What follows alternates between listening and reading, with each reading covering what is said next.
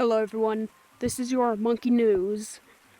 Now, again, another news reporter has been killed by news reporter. Now, that is because of those bullies forcing new reporter 2 to get stuck in basement with news reporter, which you might see on the camera has eaten new reporter 2 alive. Now, according to number 2, he said that's the only way they can eat. That's the only way news reporter can eat because nobody gave him food at all. Now, you might be wondering about the green dot.